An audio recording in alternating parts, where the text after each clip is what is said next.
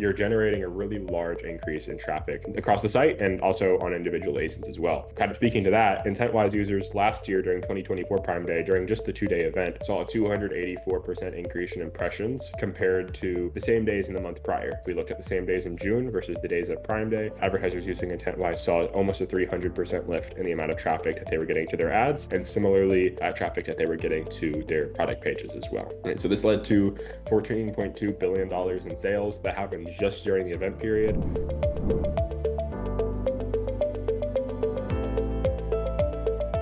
So today, just really want to cover off on how can we take the increased traffic that we're going to get during Prime Day to not only drive post Prime Day conversions, right? How can we bring those users back into the funnel? And we'll talk through some ways to do that. But then we're also going to touch on how can we create a comprehensive data view to not only talk about what happened during Prime Day, but so that we can use that to power our Q4 events. I mean, it's still a couple months away, but they're gonna be here quicker than we know it. You know, with October, the event, I'm sure they could be coming back, and then BFCM. So how can we use Prime Day data to kind of prepare for that as well? Sreenath, do you want to quickly cover off on just a quick overview of Intentwise for people who may not be familiar? Yeah, just a quick 30 seconds.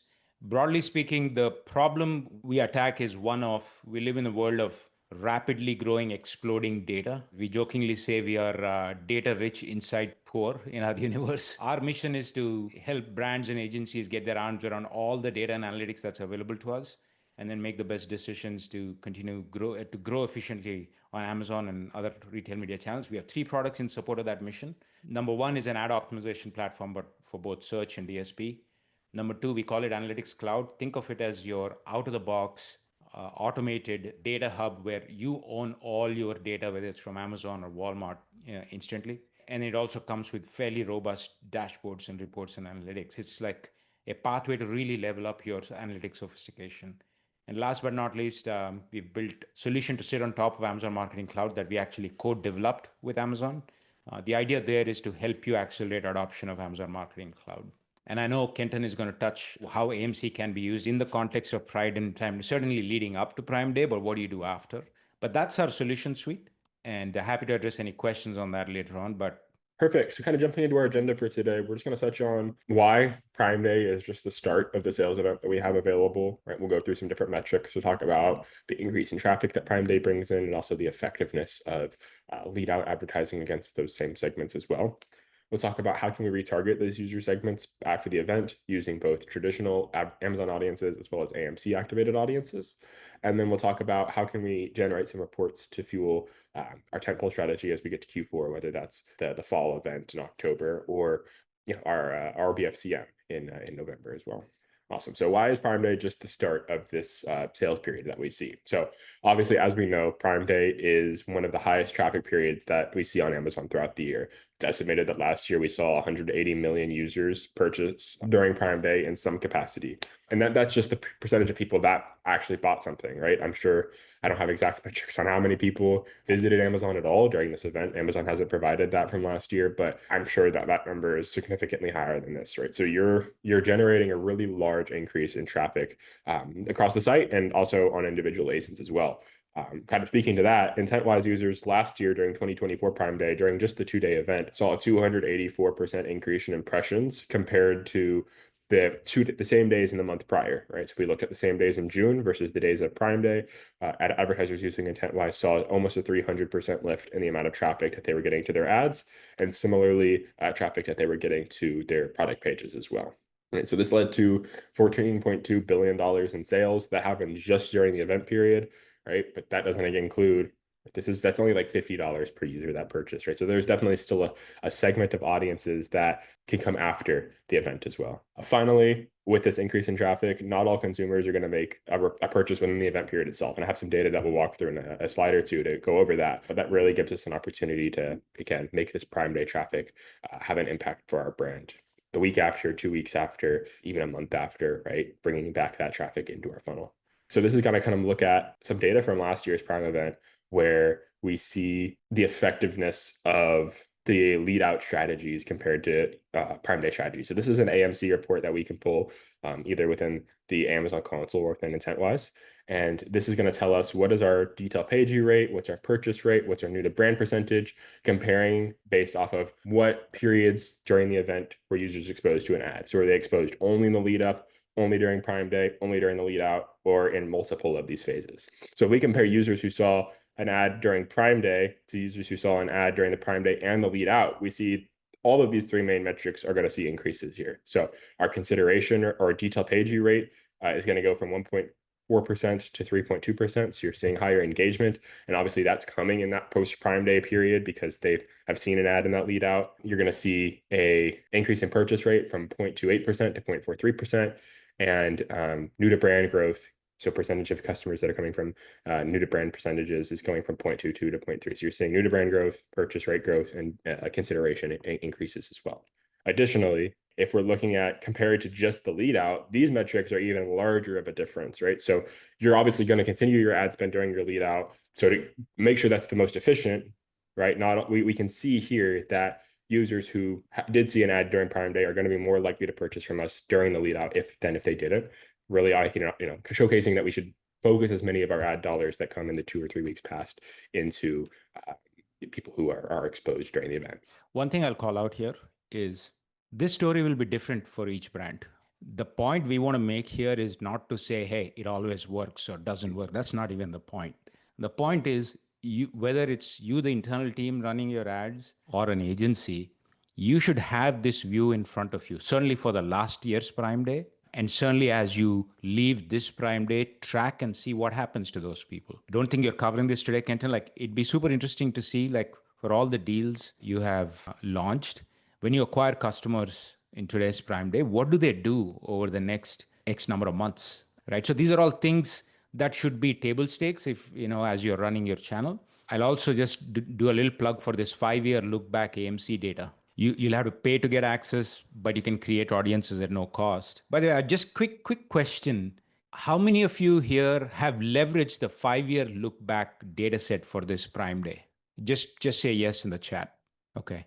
It's not a lot. So I think just very quickly, AMC, I'm going off script here, Kenton, for a moment, but AMC shares with you purchase data by shopper for the last 5 years. And so with that, what you can actually do is you can see patterns of what do people who shop during Prime Day do over a period of time.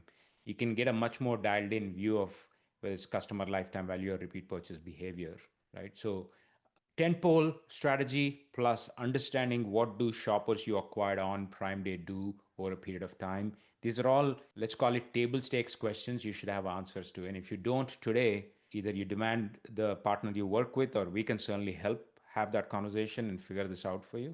Sorry, I didn't mean to distract, but over to you, Kenton. No, I think that's super beneficial. I think one of the interesting use cases that we've been able to activate with that data set is measuring like true new to brand rate over a extended look back period, right? So you can see by default, AMC is only going to bring in that 12 months of data. So if someone's saying that they're new to brand, right, if they purchased 2 years ago, we're not going to account for that. So for like CE brands or brands that have longer repeat purchase cycles, that's probably not giving us the full picture. And so that's one of the use cases where that 5-year look back's definitely been super valuable. And they made audience creation in that 5-year look back data set free.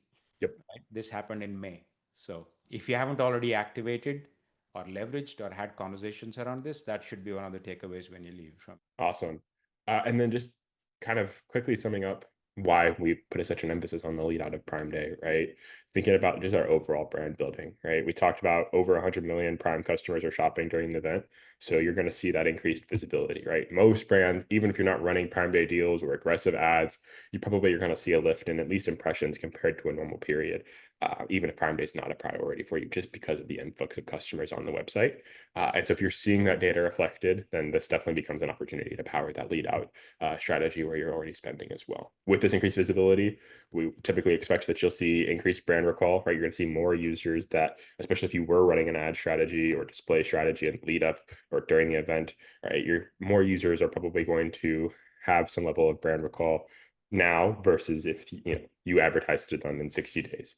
We have a metric down here actually that 64% of shoppers, and this is not even just in the Amazon space, but out, just in e-commerce in general. But 64% of shoppers never return to a brand if they're not retargeted within 30 days, right? So if they see an ad from you and we aren't exposed to them again in 30 days, they don't naturally purchase again in 30 days.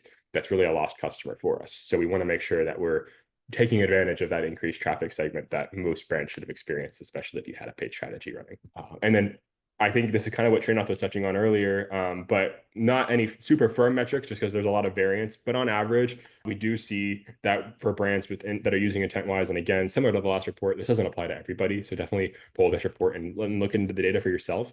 But lifetime value following the Prime event or tentpole events in general. So not including the sale, their initial purchase, but purchases past the event is pretty comparable. It's like about 10% lower typically than users who just purchase from you in a normal period, right? So you're not only acquiring customers for this one time or getting that initial sale, but you do still see a high impact of that long-term sales lift, which we have the ability to do at an increased volume with that extra traffic there.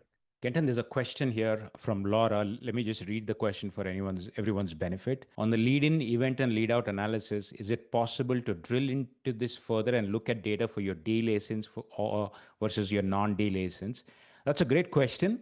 Right now, the issue in AMC is that there is no clear way to identify a deal versus non-deal ASIN in a clean way. I mean, you can look at price points and figure that out. But the best way to do that, Laura, is if you can provide a list of ASINs that were on deal, we can upload that to the custom upload section of AMC and then run analysis. So very doable. Cool. So now that we kind of established the importance of a lead out strategy, the increase in traffic that we're seeing during Prime Day, how do we action on, right? The great data to have, but if we don't action off of it, then what impact is it having for our brand? So really want to touch on how can we retarget segments of users that came during the event through both traditional Amazon audiences as well as AMC activation as well. So the first one is through sponsored display. So this is going to be the best place for us to activate if you are only advertising on sponsored ads. If you're not a DSP customer, which we'll touch on in the next slide, this, and then we'll touch on bid boosting as well in a second, are going to be your best options for retargeting after the event. I think sponsored display during tentpole periods and the lead out is probably the most effective time for running sponsored display from what I've seen historically, right? Because you have that increased traffic segment. So you're going to see lower CPMs or lower cost per clicks because you're having increased impressions and traffic there. To activate this, right, within sponsored display, you can activate an audience that says, I want to see people who have viewed my product in whatever look back window I want to determine. So that could be 7 days, that could be 14 days, like 30 days, right? I'd probably recommend we're launching this next week. Let's run it with a 7-day. A week later, let's go in and update that to a 14-day. A week later, let's go and update that to a 30-day, just so we can continue to have that Prime Day segment included. Past that 30 days, right? We looked at those metrics before, that audience is probably not as relevant. So this is a great way to re-expose to users both on and off of Amazon and bring them back into your funnel. I think the off Amazon piece is huge because there's probably a lot of, and again, Amazon doesn't provide exact metrics, but I would imagine that there's a lot of customers who purchase during Prime Day and maybe other deal periods, but unless they have an absolute need, that's one of the fewer times that they're shopping on Amazon, right? They're going deal hunting or they have a large need. It's actually, Amazon provides some data that they see a really large increase in Prime account signups in the 3 weeks leading up to the event, right? So being able to target customers off of Amazon that viewed your page is really important so that you're not relying on them being on Amazon.com, searching for your category to re-expose to them. Sorry to interrupt, Ken. There's a question from Maurice. Let me read this for you. For SD targeting, sponsored display targeting, would you split it out by parent listing, or can one campaign have entire catalog I want to retarget? I would definitely split those out based off of the parent product. And a setup for sponsored display, you're going to pick your list of audiences, and then you're just going to assign one creative for that ad group or that campaign, right? So you wouldn't be able to say, show this ASIN is to users that saw it and this ASIN to users that saw it, right? I would just say, here's one product, here's one click-through destination that's going to all of my past. We would definitely want to break that down at least by product category, right? Or maybe do this for your top 10 ASINs, right? You don't have to necessarily touch your entire catalog, but if you have a list of ASINs that you saw a lot of increased traffic for, are easy to segment between, definitely would go that way. An alternative that I've seen people use is you could send people to your brand store. If you really wanted to have that consolidation, you could use a branded ad versus promoting a specific product and send them to your brand brand store. If all of your products are pretty similar, but I'd probably lean on the side of segmentation if you have the time. The other thing that we can activate here is sponsor display will let us have a list. Well, not necessarily a list, but we can go after views of similar products, right? So we're not necessarily like on DSP, which we'll touch on, where I can enter an exact list of ASINs that I want to target the viewers of. We can do that while they're actively on the product page, but looking at past viewers isn't an option on sponsor display. But we can say go after similar products, and Amazon's algorithm is usually pretty good at finding what that similar product set is. And you can then target people who are not only viewing your product, but competitor products during the event. This is definitely something that I would test on a lower budget, especially if you're not the category leader in your product category, because you're going to see that a lot of these users went to the top brands in the category and may not be considering like a challenger brand if that was your example there. So definitely test this on a smaller budget, but I think a great way to still activate against some competitor audience sets if you're only running on sponsored ads. Awesome. Jumping to the DSP side of things, we'll touch on this quickly because I'm sure plenty of you don't run anything on DSP at this point, but just so you have some insight into what is available on DSP should your brand ever get to the point where you want to activate it. Amazon DSP is going to allow us to retarget like a specific date range of people who viewed our product, competitor products, or our brand store. So it'll give us the option to say, I want to look at people who viewed this list of ASINs in the last 7 days, right? I would still, if you're running DSP, I'd still segment those based off product grouping at a minimum. And then you could expand that audience to 14 days, 30 days, similar to what we talked about on sponsored display as we move past the event. The key differentiator here is we'll be able to exclude people who already purchased the product. So we make sure that we're only going after users that have yet to complete a purchase. You can do the same thing for a list of competitor ASINs. So you can upload a list of your top competitors that are the most similar to you, especially if they didn't have a deal, right, during the Prime Day event, or you're running a lead out deal and they're not, right? We can upload that list of ASINs and target people who viewed them in the past, and also, again, exclude anybody who purchased them. Typically, when I'm running these types of campaigns, I'd actually create an audience of all of my products and all of my top competitor products and have an audience of people who have purchased that in the last 90 days, 365 days, depending on the lifestyle of your product category. And then I can use that as an exclusion audience across my retargeting campaign so that, especially if you're in a product category where people aren't trying multiple different products. Additionally, you can do this for brand stores. So if you want to target people who have visited your brand store, these are often higher value than even people who viewed your product page because they've gone in and taken an additional step, often looked at multiple products and have increased brand recall. So that's definitely an option that we would recommend. So again, you can pick a specific group of products, competitor products that you saw see the biggest traffic during the event. If you are running a coupon, if you're running a post Prime Day sale, I definitely recommend using responsive e-commerce creatives, because that we can then filter down to show only the shop now and coupon ad types. If you're not familiar with responsive e-commerce creatives, it's Amazon's component-based creative solution, which means that I'll just enter an ASIN and Amazon will generate a list of all of the different creative sizes for me based off of my product imaging, my review counts. It'll have an Amazon logo, a shop now button, but it'll also pull in any deals that you're running. So that's a great way if you're running a post Prime Day sale and you have competitors that aren't, or you want to target people who view during Prime Day to get the word out about that. And then excluding product purchases over the preceding 90 days, preceding year, whatever's most relevant to your purchase cycle is definitely something we want to make sure we're doing to target those new to brand segments specifically. So only applicable again on that side if you're currently running DSP. If you're not running DSP and something you want to try, definitely feel free to reach out to us and we can help you get that activated as well. But finally, or I think there's one more slide about display audiences from AMC, but really getting into the AMC side, back to if you're only running as a search advertiser, and even if you are running DSP, this is definitely still a strategy we would recommend. But Amazon Marketing Cloud audiences are going to allow us to bid boost on sponsored product and sponsored brands for specific audience sets, right? So I could say if someone's searching the keyword, if I'm a headphone brand and someone's searching the keyword noise canceling headphones, I could increase my bid for someone who has added my product to cart or already viewed my product page, right? Because they're more relevant to my product and they're going to have more product recall than somebody who is just searching that for the first time and has never visited my product page. So we'll then go in and increase our bids by a multiple percentage, very similar to placement adjustments if you're familiar with those, for one audience per sponsored product or sponsored brand campaign. So some examples of how we could do this are people who viewed our product during Prime Day but didn't purchase, people who viewed our brand store during Prime Day, people who added a product to cart or added a product to list during Prime Day and didn't purchase it, right? And Sreenath mentioned earlier his daughter putting products in cart. A lot of times I'm sure people just forget to come back and check out. So you have people who have added product to cart and aren't purchasing, right? Especially if you're running a deal past the event period as well. That's a great way to bring those customers back to remind them to make that final purchase. What campaign types are best with AMC bid adjustments is a question that we got in the chat. I believe, Sreenath, correct me if I'm wrong, but I believe this is only going to be available for manual campaigns. I don't know if I've seen it activated on auto campaigns, but that's probably more explore what I would recommend, because I could specifically target people who are searching like top non-branded terms that are most relevant to my product, right? If someone's viewed my product page and is searching, again, if I'm a headphone brand and my worst feature is my comfort, and someone's searching comfort headphones, well, they may have already looked at my product page and determined that I'm not a fit, right? So I'm able to decide which keywords are the most relevant to those segments as well. Sreenath, you're on mute there. I don't know that, I would look at it as what campaign types are best. I think you have three options: sponsor product, sponsor brand, allow you to do bid boosting, bid adjustment. Note that it's one audience at a time per campaign. Sponsor display gives you a bit more flexibility. You can target a bunch of audiences. So I guess my point is, I don't think we should say this campaign type is better versus that. I just think that it's worth a quick experiment, because the entire process of creating that audience Kenton is talking about and activating and actually seeing outcomes is not complicated anymore. Yeah, it's a super easy process. I mean, within 48 hours of requesting an audience, which doesn't take any SQL knowledge or anything like that, you can have an output that you can use in sponsored or the DSP side.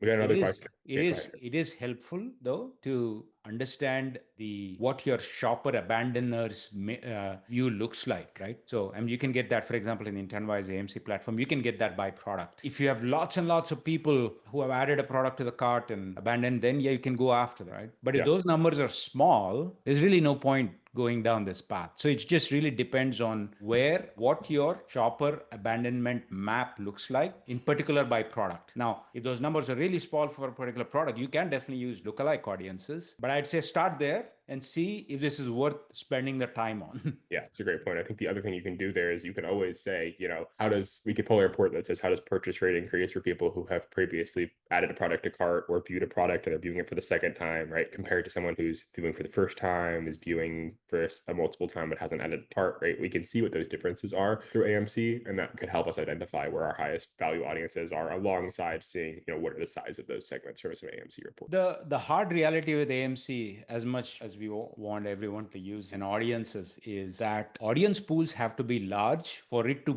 make any dent anywhere. Now, lookalike audiences can help you get there if your core audience is small, but I just want us to keep that in mind, which is, sometimes the use case looks appealing, but it doesn't matter at all because the audience pool is tiny that satisfies that use case. I would just go check and see where your audience sizes land and then go from there. No, that's a great point. I think Amazon's going to allow us to create an audience if it's at least 2,000 users, but at that size of things, like Sreenath mentioning, you're not going to see much of an impact. If we think about even bid boosting, right? If you have a $1.50 bid and 2,000 people in your user segment, even if all of them searched again on keywords that you're targeting, right? That's still a 30-cent bid increase for each of those users. So you're going to see a difference of, I don't know what that quick math is, but not much increase in spend that's going to go to those segments, right? Same thing with display side of things. We're used to working with audiences in the millions. If we work with one that's 5,000, we're not going to see much deliverability against it. So definitely want to make sure that we're pre-checking what those audience sizes will be. And then lookalikes are great. We can filter, right, how close we want those lookalikes to be. I think that's an important call out, is like, if I'm targeting people who have added to cart, I could make sure that they have a very closely, the lookalike audience is very closely matched in attributes to people who have added the product to cart. Amazon's going to give us 5 different selections that we can create there for if we're going for conversion focus, being really want to have a similar audience set to a broader audience set if I'm going after prospecting type of campaign. Moving on to display audiences from AMC, right? So similar, all the audience sets that we can just talked about that we can use for bid boosting, we could also use through sponsored ads on the sponsored display segments or on Amazon DSP against any of our different creatives. It's activated just like any other audience would be. So again, we could target users who have added a product to cart, added to the product to list, viewed your product, viewed your reviews, has viewed your product multiple times but not purchased, right? Those segments of things, and we can specifically set this to a list of ASINs, similar to what we were talking about earlier. If we wanted to only target people who are viewing our deal ASINs, if we have that list of deal ASINs, we could add that here as well and segment down our audiences to people who only added promo products to cart, right? Then we can take this to sponsored display or DSP, activate a creative set against this audience, and that's going to be really beneficial because you're not relying on these customers to come back into your cycle or your purchase cycle, right? They don't have to be searching keywords that are relevant to you on Amazon for you to re-expose to them. And maybe they just forgot about your product category, or they purchased from different categories but decided they were going to wait a couple weeks before purchasing in yours, and we can be that top of mind brand by targeting them even when they're not searching for our product category. Just talking about reporting to fuel our strategy. I think before, what we are talking about earlier, right? One, this is going to allow us to put together a comprehensive data view, especially if you're working at an agency, if you're working at a brand, for your stakeholders, right? That might be the brand you're working with. That might be, if you're on the brand side, people who are setting media budgets, right? So having a strong view using Amazon Marketing Cloud and other segments that we're going to talk about to showcase to those stakeholders your performance is really going to help with future budget unlock. Right? I think that's a big key piece to it. But additionally, right, this is going to allow us to really hone in our Q4 strategy, which we'll touch on a couple of ways we could do that. Right, we can look at AMC reports to see which campaigns are most effective in different attribution models. What are our competitive data sets? So we'll dive into all of that now, but definitely want to set that perspective before we jump in there. Perfect. So how can we use AMC to measure? Starting off with Amazon Marketing Cloud, touched on this with audiences, but how can we touch on the report side of things? And we'll touch on a couple other use cases outside of Amazon Marketing Cloud as well.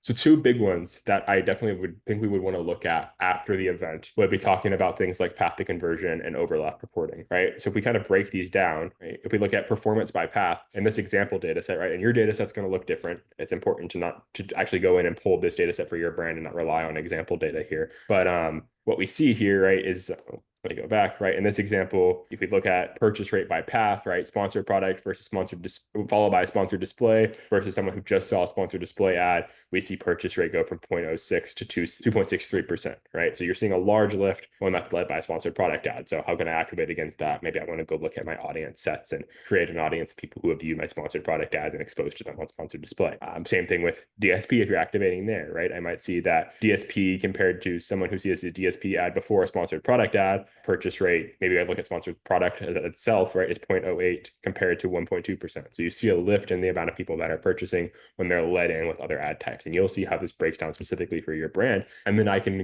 that'll help me decide how I want to allocate budget in future events, right? And also help me determine the effectiveness of sponsored display, sponsored brand, DSP campaigns that we might be missing attribution from because of Amazon's last touch attribution model. So this will allow us to see, how many customers are we truly getting, what incrementality are we driving from users that are in display segments, sponsored brand segments, etc. Similarly, right, we can look at regardless of the path that a user took to get to a final conversion, do they just see multiple ad groups together, right? How does that overlap compare, right? So I could see, when someone sees DSP, sponsored display and sponsored product versus just sponsored display and sponsored product, how does purchase rate increase? Well, that speaks to the effectiveness of my DSP campaigns.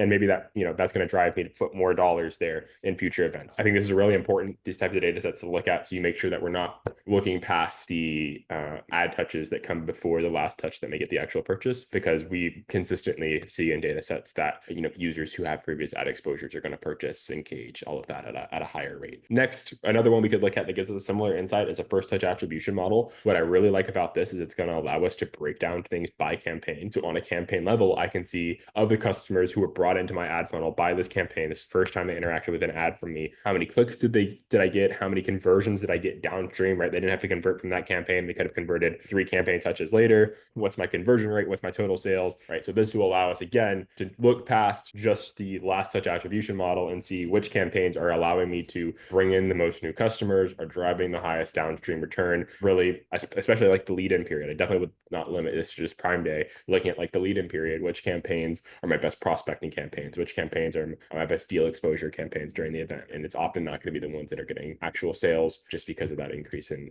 return when you have those multiple ad touches. One thing I'll add here is that this is not represented in the view, but I think it'll be very powerful for you all to see by campaign, first touch versus last touch attribution. Yeah. How do the metrics change? If they don't change that much, then there's, you don't have to pay attention to it. But the areas where you want to focus on are places where it just gives you a very different read on campaign performance between the two attribution models. So I highly encourage to get that view as well. I mean, you already by default have last touch view from the ad console and everywhere, but just putting them side by side to see how big a change you see could be very telling. Yeah. Otherwise, you may be either under attributing or over attributing performance to a certain campaign. The other thing that we can activate here, right? We were looking at, I think that's the two that I had for AMC, but we were looking at that overlap report earlier, right? With overlaps between lead in during the event and lead out. So we definitely want to make sure that we're pulling that after the event as well, so we can speak to the effectiveness of our lead in strategies, the effectiveness of our lead out strategies, and that's going to really help us drive not only additional budget unlocks for lead ins or lead outs if you start to see that, hey, we see a really good increase in purchase rate. Our best purchase rate is when users see multiple, throughout multiple phases of the event period, right? If that might be something that you discover, or it's going to allow us to say, okay, we'll be effective for future events in our lead-in strategy, right? Do we need to target different user segments? Or we get, is our prospecting strong in those segments? Because that's really, we've seen historically where, touching the users in those 2 weeks prior to the event, they're probably not going to purchase. But if we have effective prospecting there, that's going to have a big impact on what performance we see during the event. So that's definitely another one that I would recommend pulling as well. Awesome. The next report that we would definitely want to make sure we're taking a look at is search query performance data. So this is going to allow us to see on a keyword level for your top ASINs, what is our share of impressions for a keyword, what's our click share for a keyword, what's our add to cart share for a keyword, and what's our purchase share for a keyword. So you can see of all the purchases, all the impressions that come for a certain keyword in a date range, what percentage of those are you getting? I think this can be super powerful in comparing to like Prime Day to the weeks prior or the weeks after, right? Comparing it to a non-deal period and see what were the keywords where you saw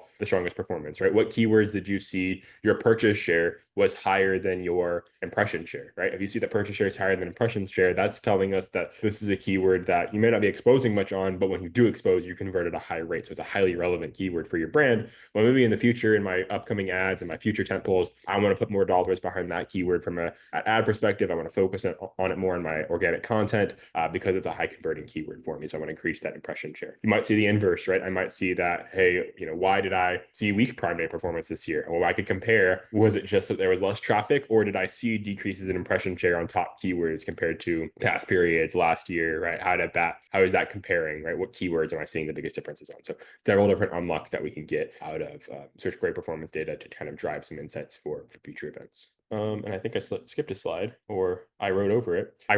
So I'll just touch on it. The other slide that I had in here was looking at share of voice data. So share of voice data, that for those of you who may not be familiar, is going to allow us to look at a specific keyword on a daily level and track what is our ad rank, what's our organic rank for that keyword. So if you see, hey, during, like in our search query performance data, our impression share was way down during the event, or our click share was way down during the event compared to previous periods. Well, if I go look at my share of voice data, do I see for that same keyword that was that because my ad position dropped, my organic position dropped? And if it is, which competitors saw the biggest increases, right? I might see that one of my competitors really focused in their ad dollars in on 2 or 3 keywords, and they're seeing the highest share of clicks and purchases off of those keywords. So now maybe in future events, we're looking for them to do that again. And if they do, that's an opportunity for us to conquest against those brands. Or I might see that in my share of voice data, I have keywords that maybe weren't focus investments for me, but I still had some dollars behind them, and I saw a really strong share of voice. I saw really strong competitive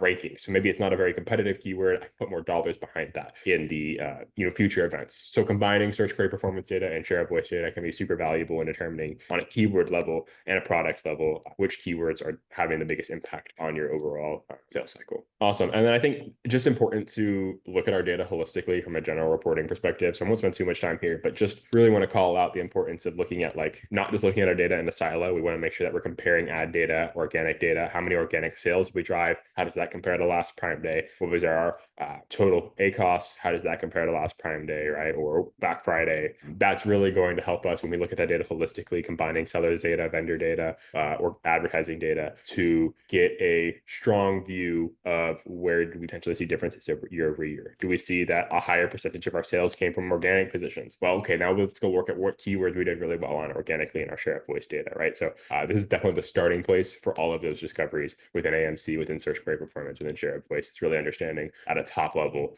where did we see those shifts come from. Awesome.